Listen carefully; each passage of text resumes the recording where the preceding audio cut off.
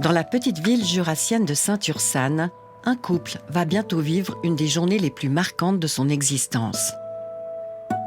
Dans 10 jours, Nicolas et Stéphanie vont devenir parents de 2 enfants.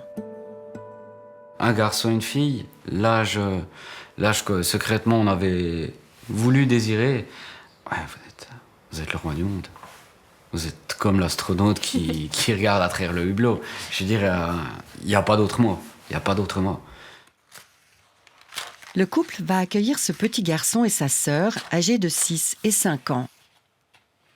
Ils sont très liés, voire même fusionnels. On voit qu'il y a ce lien de la famille qui ressort assez fort. Ils sont assez proches question âge, hein. Donc ils ont 13 mois de différence. Puis ils sont beaux. Ils sont beaux. Ils sont très beaux. Puis votre motivation profonde, c'est quoi? Oh bah ça, c'est toi qui vas répondre.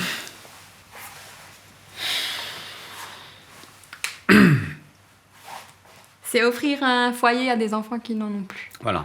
Ouais, vous voyez vraiment le bonheur d'un enfant dans ses yeux, quoi. Mais voilà. Après, c'est vrai que ce qu'on est maintenant, c'est pas un hasard, c'est pas une décision qui est prise à la légère. On en parle autour de nous. Les gens, ils peuvent se dire, ouais, mais c'est une lubie que t'as depuis 2 ans. Non, ça fait 8 ans et demi. 8 ans et demi. Depuis 8 ans et demi, les Jurassiens ont tout tenté pour avoir des enfants, y compris d'adopter en Suisse. Ensuite, ils se sont tournés vers l'adoption internationale. Dans leur orphelinat en Thaïlande, on vient de leur annoncer qu'ils auront bientôt une famille. Ils s'appellent Atiwish et Ratikarn. Ils pourraient être parmi les derniers enfants à être accueillis en Suisse, car Berne veut l'interdire.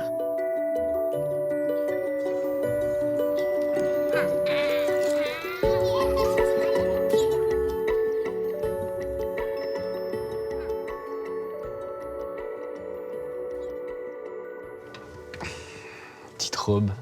Ouais, celle-là, elle est belle, ouais. Et puis celle-ci aussi. Parce qu'on pense, d'après les photos, qu'elle aime bien le rose. Donc on mise un petit peu sur le rose. Tout est prêt pour accueillir les enfants. Nicolas et Stéphanie préparent ce moment depuis des années. Là, vous avez aussi la malle à jouets que Stéphanie a refaite depuis quelques années aussi. Puis elle se remplit un petit peu, hein, chou. Ouais. Ça, c'en est une. On en a une deuxième. Ah, il y aura beaucoup de jouets. Attends, il y a mes doigts. Voilà. On a prévu de mettre les 2 lits ensemble, comme ça ils pourront dormir l'un à côté de l'autre les premiers temps. Et puis, une fois qu'ils auront l'habitude, puis s'ils le veulent, on a une deuxième chambre ici. Nicolas et Stéphanie ont déménagé leur chambre à coucher juste à côté des enfants. Oui, le déracinement est quand même là, donc il y aura de forts réveils. On devra se relever souvent, je pense. Puis c'est notre rôle de leur montrer aussi que, pour qu'ils aient confiance en nous, qu'on est là, qu'on peut répondre rapidement. Puis que c'est notre rôle d'être là pour eux à tout moment, surtout les premiers temps, le temps qu'ils aient l'habitude. Pour en arriver là, le couple a dû accepter une véritable mise à nu. Cuisiniers et responsables de l'intendance d'un EMS, ils ont vu toute leur vie privée, financière et professionnelle passer au crible. Ils ont aussi été obligés de suivre des cours. Nous, on apprend aussi qu'est-ce qu'il faut faire, qu'est-ce qu'il faut surtout pas faire, quelle est la manière d'approcher un enfant qu'on adopte, qu'est-ce qu'il faut faire attention une fois qu'on est arrivé chez nous en Suisse. Vu que nous, on allait chercher 2 enfants, on a été convoqués à Neuchâtel chez une spécialiste pour être sûr qu'on était bien conscient de la difficulté d'avoir 2 enfants, ce que ça représentait. C'est vraiment très très réglementé et très très encadré. Une veste, le bonnet, il est dans celle-là. J'ai vu, ouais. Un pull. Dans 10 jours, Nicolas et Stéphanie s'envoleront pour la Thaïlande. Choqués par le projet du Conseil fédéral d'interdire totalement les adoptions internationales, ils ont accepté qu'on les accompagne.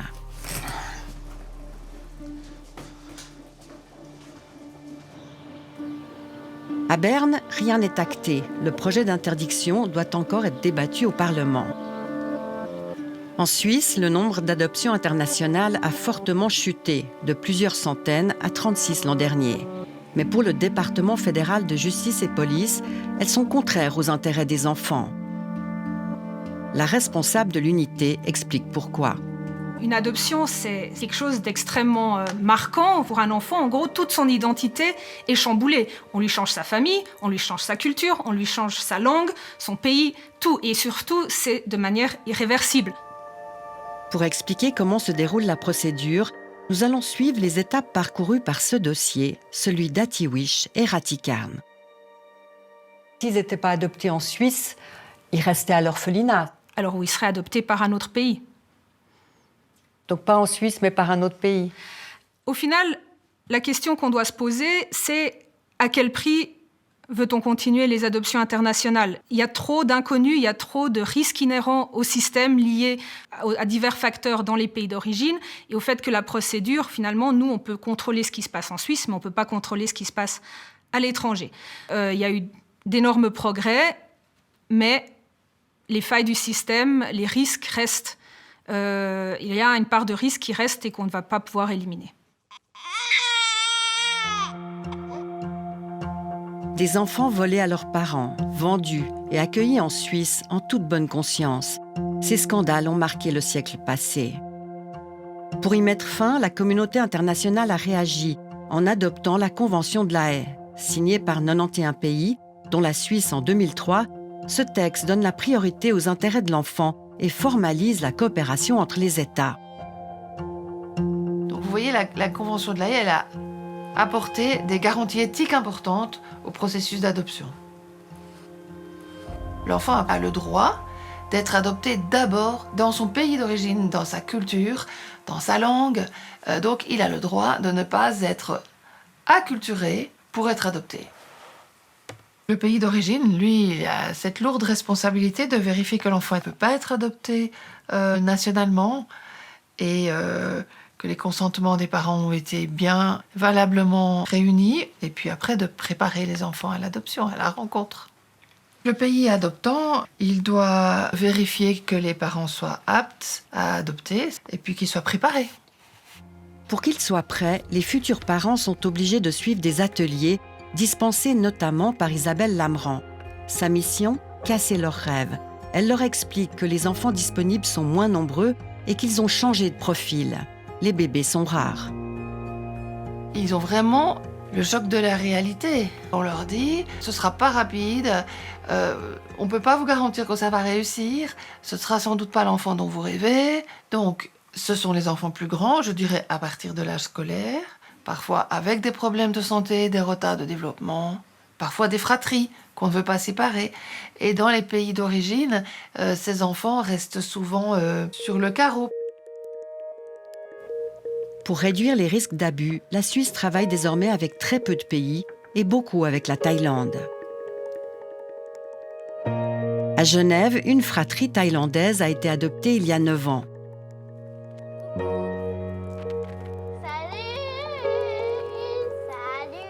Ismaël, 11 ans, et sa sœur Chiara, 10 ans, sont arrivés en Suisse en 2016.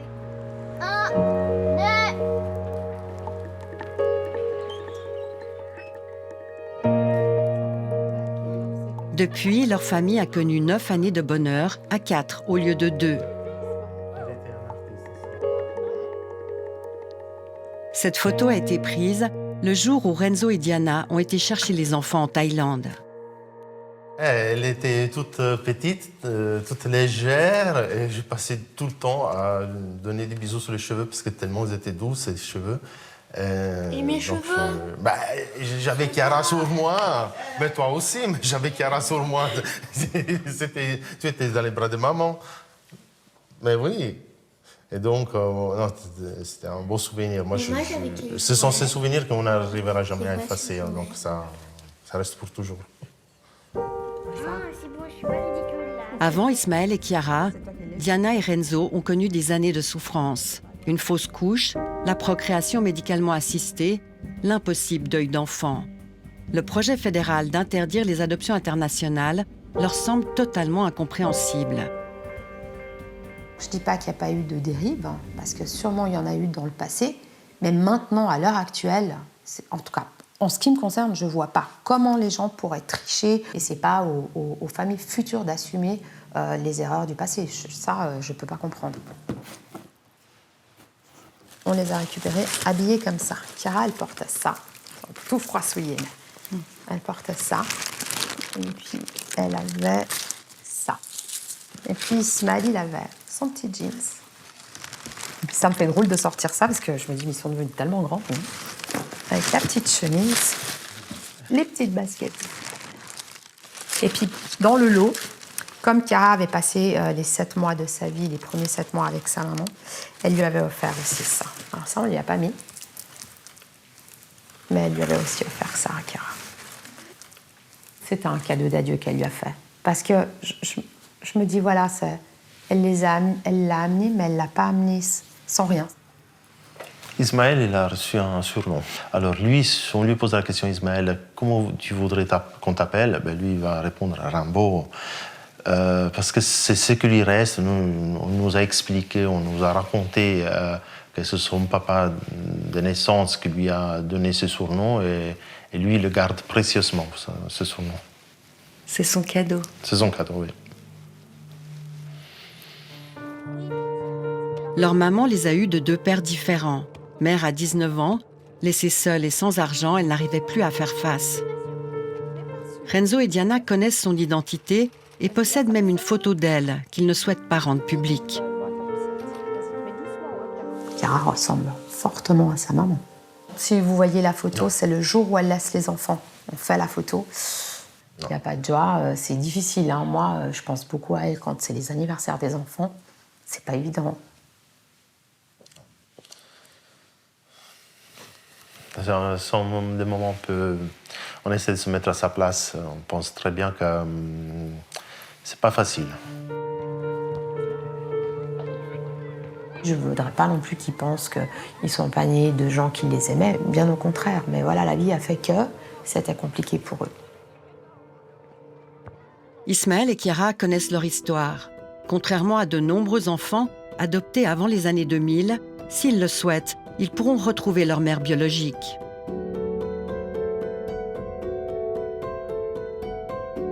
Nicolas et Stéphanie viennent d'atterrir à Khon Kaen, une ville de 2 millions d'habitants au nord-est de la Thaïlande. Ils viennent chercher leurs enfants. Demain, c'est vraiment le début de ce sera notre premier jour en tant que parents. Donc,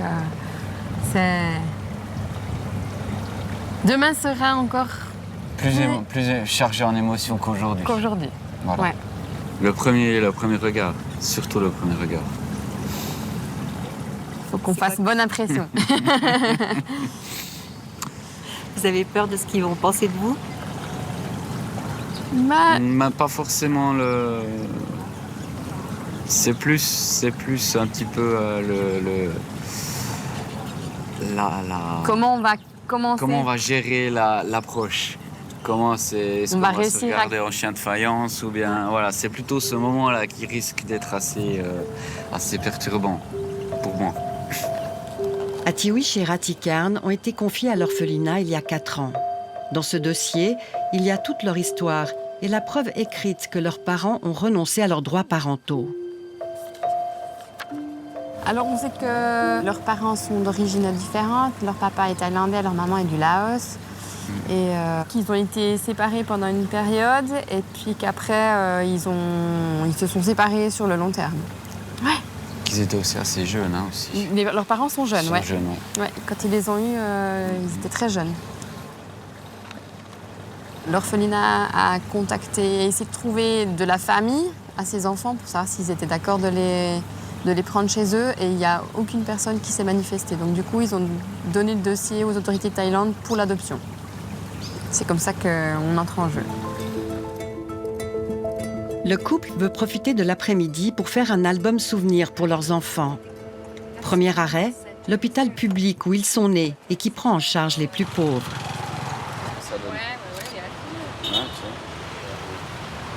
Ils reviendront dans un hôpital aussi à taille humaine, dans le Jura. Quand même autre chose. Cuisinier de profession, Nicolas veut en savoir plus sur la nourriture locale. Il sait combien c'est important Pendant des années, ils ont été famille d'accueil pour des enfants migrants. Regarde la grandeur de ce bolet qui est juste dedans, quoi. Ah, c'est impressionnant. Oh, puis ce fumet, c'est simplement impressionnant. C'est très très beau. Ah, c'est vraiment joli, hein. Leurs futurs enfants sont bouddhistes. Nicolas et Stéphanie savent qu'ils font la prière chaque soir. À quelques kilomètres du centre-ville se trouvent les quartiers les plus pauvres. Ceux où des parents mettent parfois leurs enfants à l'adoption. Adopter est décrié en Suisse, mais qu'en pensent les Thaïlandais? Nous leur montrons la photo des petits. Ôi, sủi chăng, Ôi, ด็กผู้หญิงน่ารัก C'est bien qu'ils partent dans un pays étranger?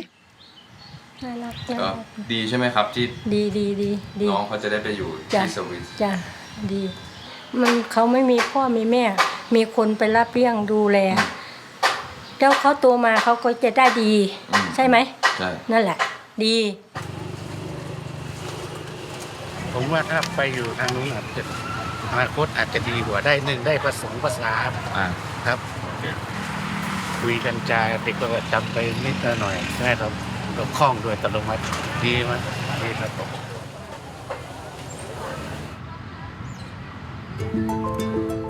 Dans 12 heures, Nicolas et Stéphanie vont devenir parents. Alors que Berne veut interdire l'adoption internationale, ils se considèrent très chanceux. Ils arrivent au terme d'un réel parcours du combattant.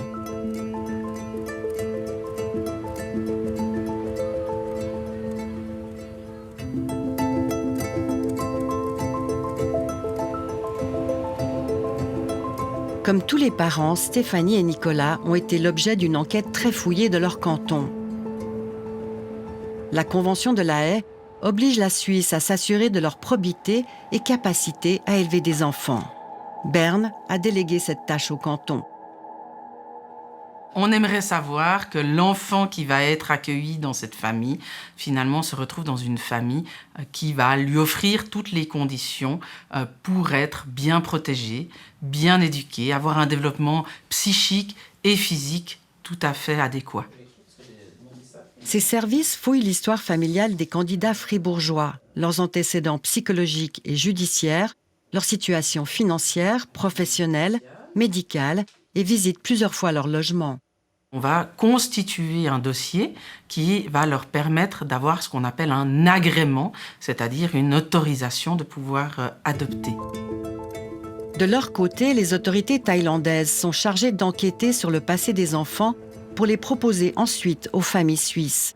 Tout repose sur la confiance entre les deux pays. Une fois autorisés par leur canton à adopter, les couples qui le souhaitent peuvent venir ici, à la Fondation Ouvre tes mains. La responsable Renata Piller a eu 8 enfants, dont 6 adoptés. Beaucoup parlent de négatifs, dons d'organes, trafic, maltraitance, mais il n'y a pas que ça. Voilà, on est la preuve même, là, autour de cette table, qu'il y a des belles choses. Déterminés à lutter contre les dérives, les Piller ont créé cette fondation, un des rares intermédiaires agréés par la Confédération. Moyennant un forfait de 6 à 8 000 francs, elle aide les couples tout au long de la procédure avec la Thaïlande. L'autorité centrale de Berne contrôle tout notre travail, nos comptes, nos agissements, nos contrats, oui. Toutes nos activités. Toutes nos activités. Stéphanie et Nicolas ont fait appel à elle pour constituer leur dossier. La Thaïlande exige de nombreux documents et la Fondation dispose d'un contact direct avec Bangkok. C'est une très bonne collaboration. C'est un travail très pointilleux, très bien fait. Tous les dossiers de parents vont à Bangkok et tous les dossiers d'enfants vont à Bangkok aussi. Et là, il y a le matching qui se fait.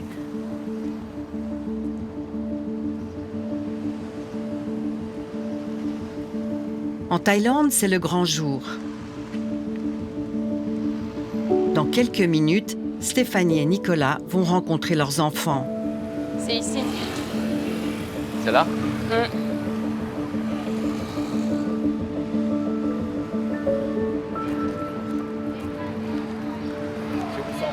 Merci.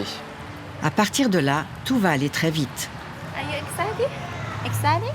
Yes, Yes, yes, very, very. ไปเข้าไปในห้องในคนไหนป๊าป๊ามามาในป๊าป๊ามามาป๊าป๊ามา Papa, maman. ป๊าป๊ามามาสวัสดีค่ะสวัสดีครับยังสวัสดีค่ะหอมแก้มกอดได้ไหมกอดได้ไหมกอดเลยได้กอดไปกอดเลยค่ะ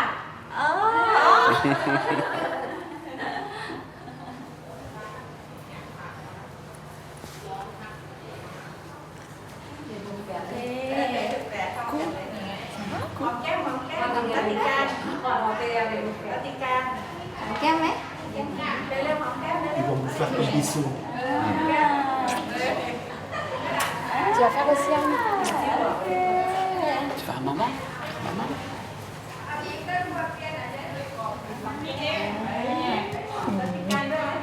Gọt vào bá này, bá. Ok ค่ะเดี๋ยวเราเข้าไปในห้องนี้ก็ได้ค่ะเดี๋ยวเด็กกับน้อง Le couple pensait passer la journée avec les enfants pour faire connaissance et revenir les chercher demain pour le grand voyage. Mais les plans ont changé. Dans cette matinée, on va vous laisser jouer avec les enfants et puis on va lui donner à manger. Et dans l'après-midi, vous pourrez les prendre dans votre hôtel. Ah, voilà. ok. ก็ได้ถ้าเกิดครอบครัวพร้อมนะคะ Si vous êtes prêts. แล้วก็ Oui. Si vous êtes prêts, vous êtes- Et du coup, si ils vous vont, êtes ils vont d'accord. dormir avec Voilà, nous ce soir. c'est ça ce soir. Oh. À votre hôtel. Est-ce que vous êtes d'accord? Oui, bien เดี๋ยว sûr. ให้เล่นกับน้องๆก่อน Vous pouvez jouer avec les enfants, s'il vous plaît. Ok. Tu veux une plage chaude? Oh, c'est joli.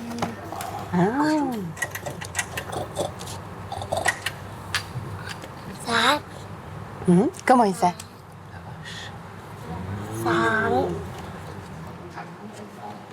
Coucou. Miaou? Miaou. Ouais. Le riz. L'hippopotame mange du riz. La chauve-souris. Miaou. Ça fait comment la chauve-souris? Stéphanie. Atiwish? Atiwish. Tu veux voir? Ati et Ratikarn s'apprêtent à partir avec des étrangers qu'ils n'ont vus qu'en photo et qui ne parlent pas un mot de leur langue. Le traducteur leur demande s'ils sont au courant. รู้ไหมครับว่าจะนั่งเครื่องบินรู้แล้วตื่นเต้นไหม Oui, elle sait. Est-ce qu'elle a peur? ดูกลัวไหมจะขึ้นเครื่องบินกลัวเปล่าไม่กลัวนะelle n'a pas peur. Ok. Ati et Ratikarn ont été préparés à ce moment depuis des années. 160 enfants vivent dans cet orphelinat. Dès leur plus jeune âge, ceux qui n'ont plus de famille comprennent que l'adoption est leur seule chance.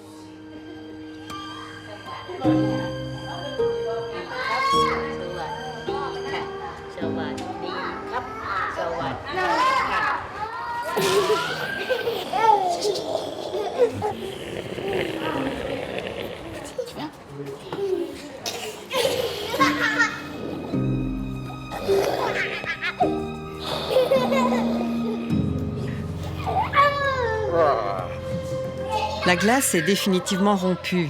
Les enfants veulent leur montrer là où ils dorment depuis 4 ans.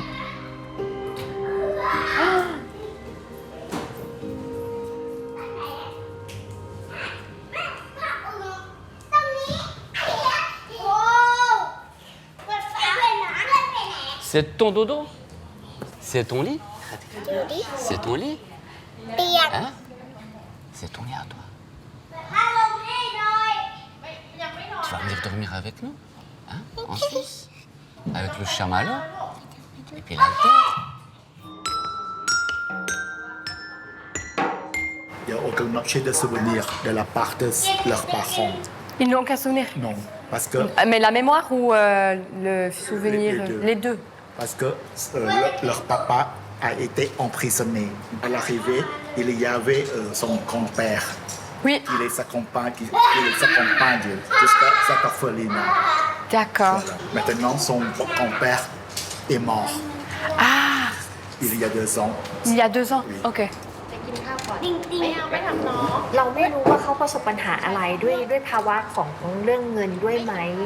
Nous ne connaissons pas tous les détails, mais leurs parents les ont abandonnés pour des raisons financières. Leur mère est une femme de ménage laotienne. On a essayé de l'aider avec du lait et d'autres choses pour qu'elle puisse élever ses enfants, mais ça n'a pas suffi. Elle a disparu du jour au lendemain. Selon la directrice de l'orphelinat, étrangère sans statut légal, leur maman est retournée au Laos. En Thaïlande, aucune famille n'a voulu accueillir ses enfants métis.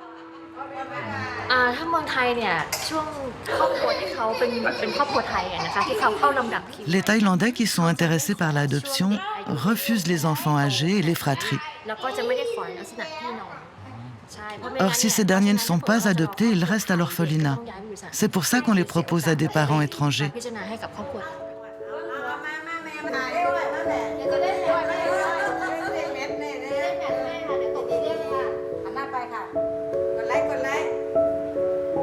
Derniers instants dans ce lieu où ils ont vécu 4 années, tissé des liens forts d'affection et d'amitié. อย่าดื้ออย่าซนเข้าใจไหมคะเชื่อฟังแม่กับพ่อนะโอเคนะคะจริงโอเคเป็นเด็กดีนะคะเอาได้ทันถ้างั้นอาจจะต้องขยับเวลาเป็น9 โมงตรงค่ะเริ่มอันไหนใช่ C'est dur là. C'est quoi qui vous fait pleurer? C'est de les voir dire au revoir et puis voilà quoi, il y a une nouvelle vie qui s'offre à eux. Tu vois? Hein? C'est la voiture? Hein? Ati, on va dans la grosse voiture?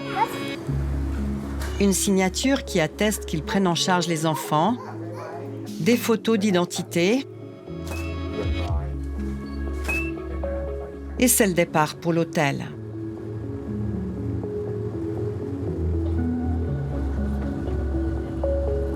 Voilà, on arrive. Ici. Ah, c'est maintenant que ça...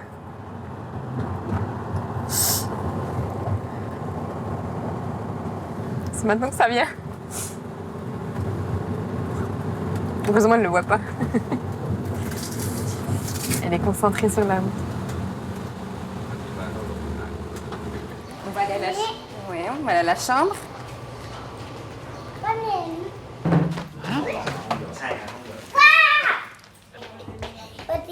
Non.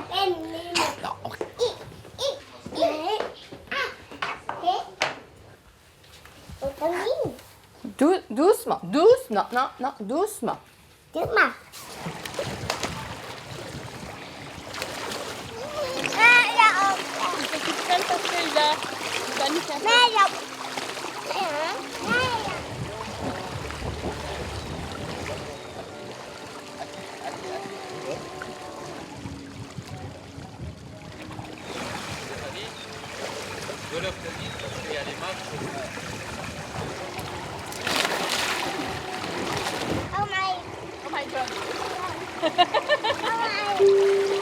La journée a été bien remplie et incroyablement harmonieuse.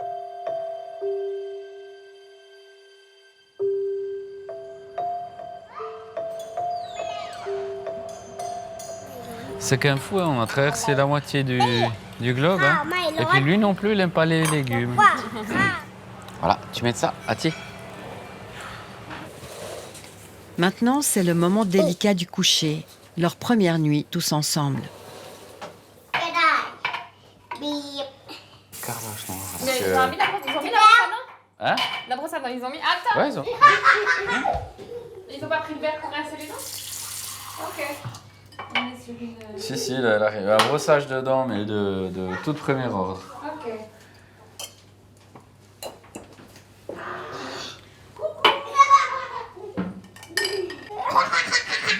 Viens, mets-toi pied. Hein?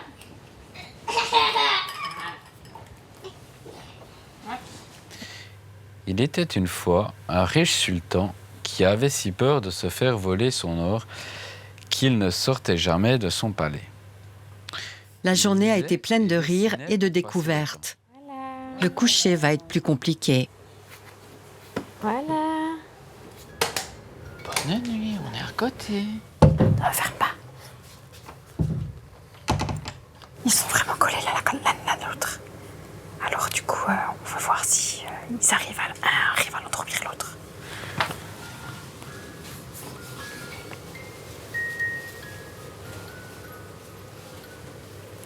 Alors maintenant, on ferme les yeux parce que c'est l'heure de dormir.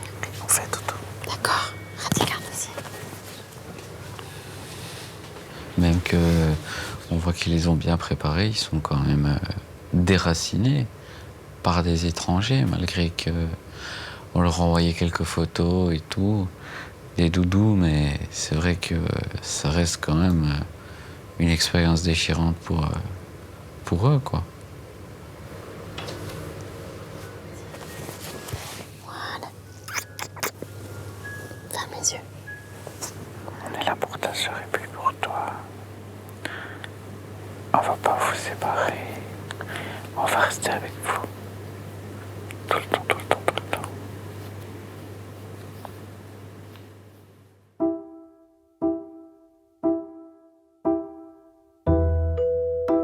La Thaïlande propose aux étrangers les enfants qui ne trouvent pas de famille thaïlandaise. Souvent, ils ont des problèmes de santé. Pour tous les parents, comme Stéphanie et Nicolas, la relation avec le pédiatre est donc essentielle. Ces enfants qui ont été abandonnés à la naissance, ils gardent une mémoire de cette séparation. Donc cette blessure-là, elle reste. Et on voit ces enfants qui ont vraiment besoin d'être aimés, portés, rassurés. Mais après cette phase de lune de miel, arrive vraiment la phase du test du lien. Est-ce que vraiment, si je suis le plus horrible des enfants, si je suis tout puissant, je fais ce que je veux, est-ce que mes parents vont continuer à m'aimer et à rester là surtout, hein? Les pédiatres rencontrent les parents dès le début du processus, lorsqu'ils doivent indiquer au pays d'origine quel type d'enfant ils sont prêts à accueillir. Le questionnaire est glaçant, extrait. Enfants issus d'un inceste, enfants issus d'un viol, et puis enfants ayant souffert de maltraitance, de négligence, d'abus sexuels par exemple. Après, il y a tous les problèmes de développement, retard de langage, retard mental. Tous les problèmes orthopédiques, ça peut aller du nanisme jusqu'à une inégalité de longueur des membres. Puis après, on passe aux maladies contagieuses qui peuvent être autant intestinales que la tuberculose, le HIV bien évidemment, tous les troubles cardiaques. Et après, les problèmes au niveau génétique ou nerveux, trisomie 21 aussi.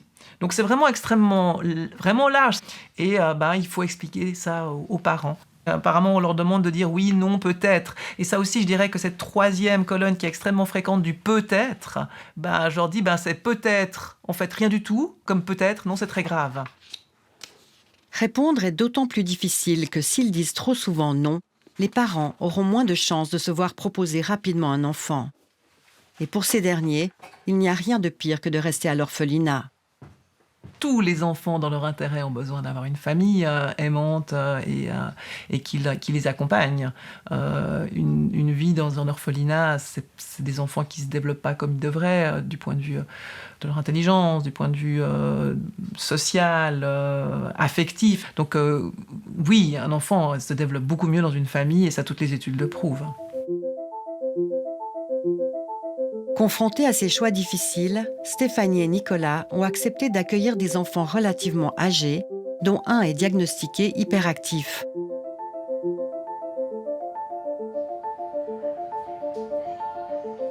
Avant de s'envoler pour Bangkok, ils doivent retourner une dernière fois à l'orphelinat. Les nounous veulent savoir si tout se passe bien pour eux.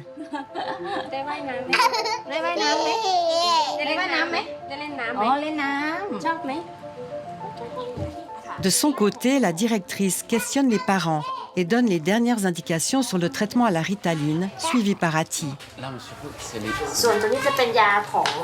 Ça, c'est les médicaments d'Ati. Voici l'ordonnance pour 3 mois. Ces médicaments calment ces troubles du comportement.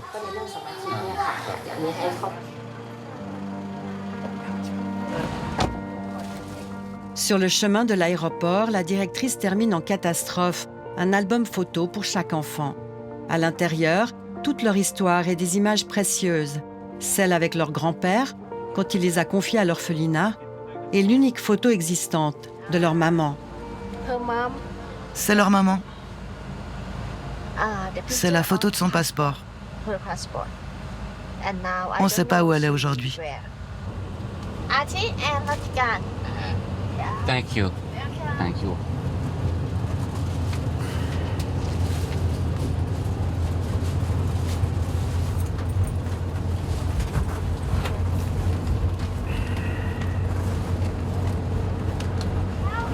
Ati.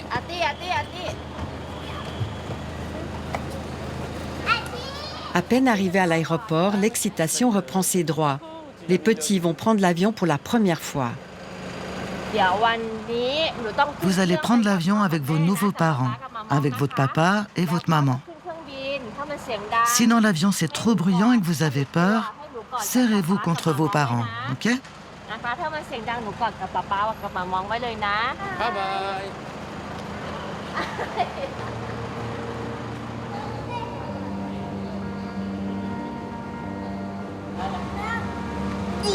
Attention.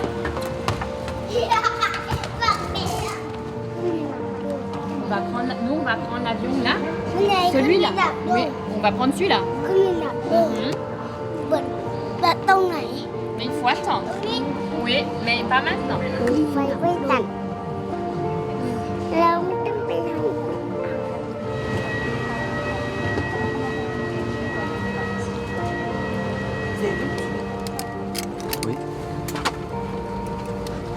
Déjà fusionnelle, Ratikar ne supporte pas d'être éloignée de Stéphanie.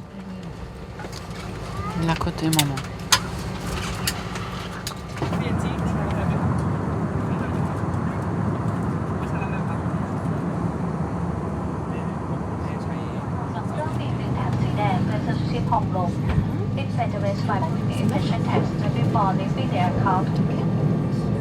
On va bouger. On va avertir. Ladies and gentlemen, we prepare for the final establishing. Please follow the safety instruction given by our cabin crew. All mobile phones and transmitting portable electronic devices.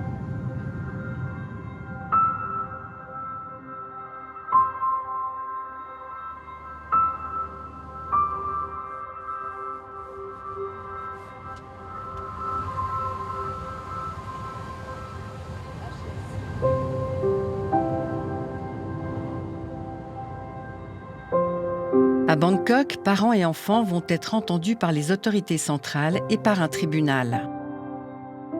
En Thaïlande, les Jurassiens n'ont pas versé d'argent à l'orphelinat et les démarches vont leur coûter 350 francs, une somme qui va s'ajouter aux 15 à 18 000 francs dépensés en Suisse.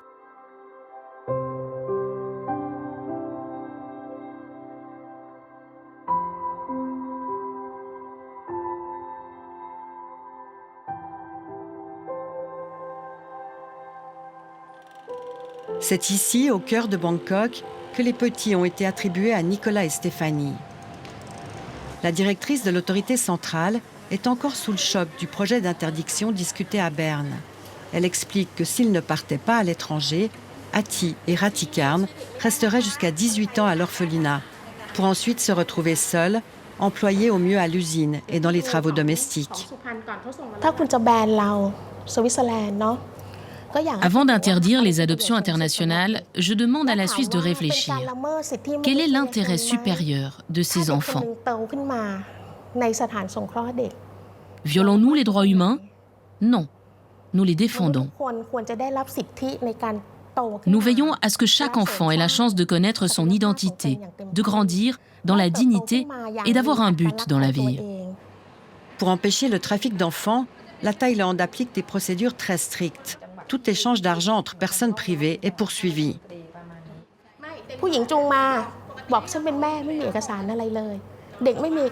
Si quelqu'un amène un enfant et prétend être sa mère sans aucun document pour le prouver, nous utilisons des méthodes scientifiques. Nous effectuons un test ADN. Nous vérifions auprès de la police royale thaïlandaise si un enfant a disparu ou a été abandonné. Nous appliquons toutes les procédures juridiques et médico-légales disponibles. Nous vérifions l'authenticité des documents. Les travailleurs sociaux réalisent des évaluations et des entretiens multiples avec les familles, en plus des tests ADN.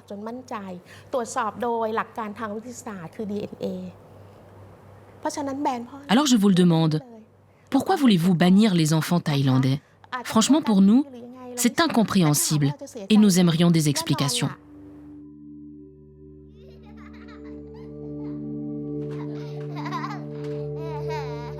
Voilà, doucement.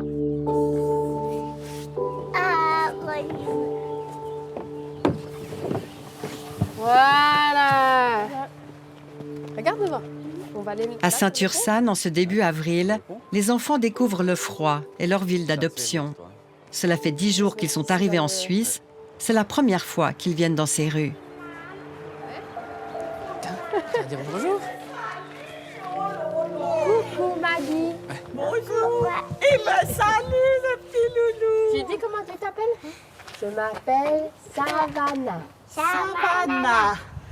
Et toi? Jonathan. Waouh. Pour que l'intégration soit plus facile, Ati et Ratikarn possèdent désormais des prénoms français. On y va, on continue? Ils conservent leur identité thaïlandaise en deuxième position. Stéphanie a pris 6 mois de congé et Nicolas 2. Pour créer et nourrir le lien familial, le couple reste beaucoup à la maison et voit très peu de monde. Tu nous donnes de l'eau? De l'eau. Tout se passe incroyablement bien. De l'eau. Ah, pour maman, de l'eau, merci. Et papa. Santé. Santé. Moi, je dois dire le fait qu'ils comprennent tout ce qu'on dit, c'est magique parce que moi, j'avais imaginé plein de difficultés. J'avais préparé des petites images. Je m'étais dit, ça va être compliqué pour les emmener, pour les faire manger, pour les faire dormir, pour leur faire comprendre ce que je raconte, qui je suis. Ils ont bien reconnu le timbre de la voix puis l'intonation de la voix. Puis donc, c'est vrai qu'ils comprennent beaucoup de choses.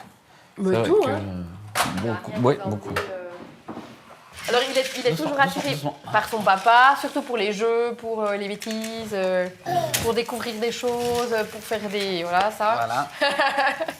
Et puis, quand il a besoin d'aller aux toilettes, à la douche, aller au lit, ça, c'est sa maman. Savannah, alors, elle ira très facilement vers sa maman et elle a beaucoup de peine à aller avec son papa. Après une vie en institution, la petite fille doit apprendre à être parfois seule. C'est la principale difficulté que la famille rencontre. Lui, c'est très bien fait à sa chambre, à son nouvel environnement. Il découvre.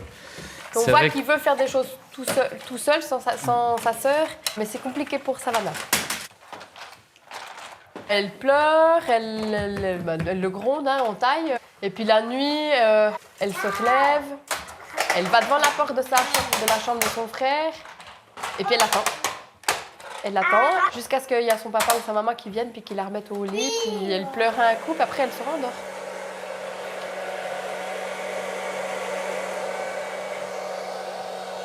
Coucou Savannah. Coucou.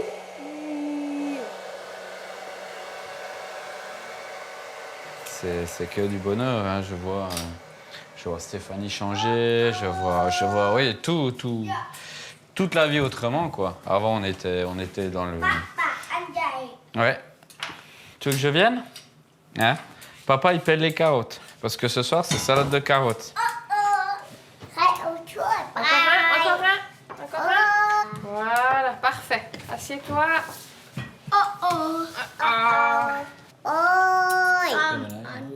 C'est pour la Savannah? Ouais, c'est pour la Savannah. Alors fais-en un plus petit pour la Savannah. Voilà, mademoiselle. Tu dis bon appétit. On met un peu de légumes?